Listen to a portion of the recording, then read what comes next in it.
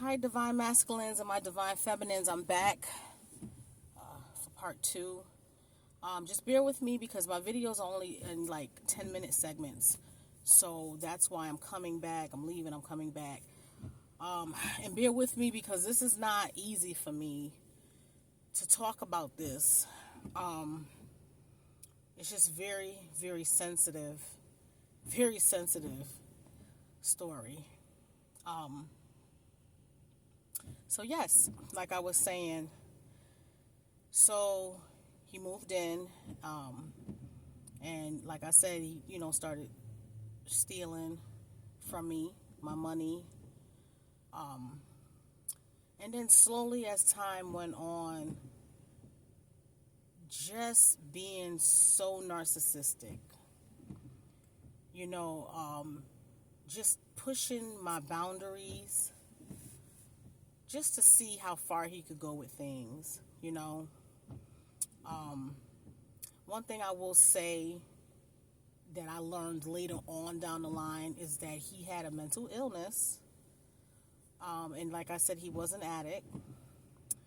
A little bit of his background story, since he was young, he was out in the streets. So he learned how to be out in the streets. He learned how to hustle. He lost his mother, God bless her soul, and he lost his father. So his aunt was taking care of him. And whew, he got molested by his uncle. So you could say when that happened, on top of losing his mom and his pops, it that cracked his soul right there. And which I don't even blame him. It happens to so many of us, especially these children. We don't think family members will do anything, and they be the number ones doing it. So pay attention to your kids and pay attention to your family, blood or not. But that right there set him on a really, really, really bad path. He, from what he was telling me, I'm giving you bits and pieces of things that he's telling me about his life. When he was in high school, he used to wrestle. He used to be very good at it. And, he just was just used to, I guess, being popular and, you know, having friends and I don't know. And then everything else happened, and then he got into a situation where he touched a young girl in his school. And he didn't do it. He explained to me he didn't do it to be, you know, I guess nasty words towards her. He said he just he just was confused about his sexuality, which is understandable if you got your uncle fondling and touching you and screwing you. I mean, yeah, I would be questioning myself as well. So he just had a really, really, really, really rough life. And I guess as time went on, he just was hopping states, moving from state to state. Yeah, he wasn't doing good out in the streets, you know. And he said to me one time that he used to stay in abandoned buildings and he didn't really have anywhere to go. And I guess all this happened down south, and in and out of jail. He was in jail for I guess 15 years. I think he told me 15 years or so, right along with his mom. I guess they was locked up at the same time, so he was writing her letters and she was writing him letters, and I don't know, like that right there, he really loved his mom. And then she got ill, God bless her soul, and she passed.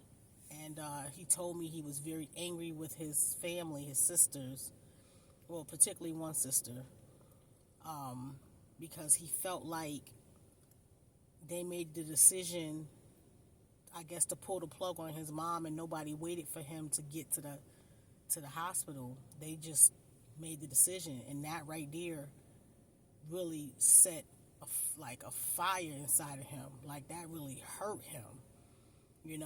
And he would cry a lot. He would cry a lot about his moms. I remember that. And he never really like knew his dad, but he just was lost. He was a lost soul. You hear me? And when I initially had met him and I saw the pain in him, it kind of made me reflect on the pain in my life, from growing up. And I could relate to him in some ways because the same thing, happened to me. It wasn't from a family member, but, things happened to me. And I could understand how violated he felt, like I could understand how he felt so violated. And I just wanted to really heal him and help him. You feel me? I just wanted to see him see a better part of life, like a light at the end of the tunnel, because all he's ever experienced was dark.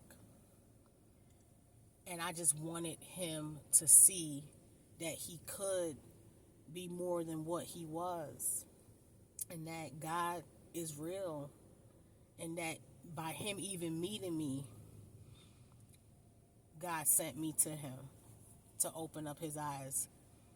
I feel like God was kind of giving him a second chance because he's done so much stuff, like out in these streets. I mean, it was, when I say bad, is not even it, man. Robbing people, beating up people.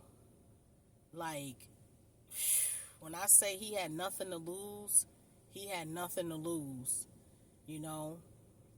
But he was just big on protecting himself, like, I don't know, he just felt like, I think he had just issues with women, just anger issues. Like, one minute he's cool, and the next minute he's spazzing, the next minute he's quiet, he's plotting, like, insane. So, anywho, I just wanted to give you his background a little bit. But yeah, like, his family really did a number on him, and it was just so bad to the point where I don't know if it was one of his aunts, but he was telling me that one of them used to stick him in a closet, beat him with a broomstick, and stick him in a closet and lock him in a closet. So that in itself, on top of everything else he was dealing with, is just beyond traumatizing. So when he came to me to tell me everything that was going on with him and his life, my heart just went out to him. Oh my gosh, I just was like, wow. For you to go through all of that and still be courageous enough to want to wake up every day. Wow. I tried. I really tried. I really tried my best, but his mindset, he was dealing with attachments. He had demonic attachments. And if anybody know what I'm talking about, let me tell you something. On top of doing the drugs and things like that he was on, he had attachments on him. So that wasn't helping his mind state at all. And I can definitely confirm, because when I would be sitting down next to him, it felt like something was wrapping itself around my leg. It felt like fire, like a snake coiling itself. And I was thinking, I'm like, gosh, I used to always say to him, like, dang, I feel like my leg is on fire. Like, what the heck? I thought it was probably my diabetes or something, And he wouldn't say nothing. I'm like, dang, I was wondering what was wrong with me,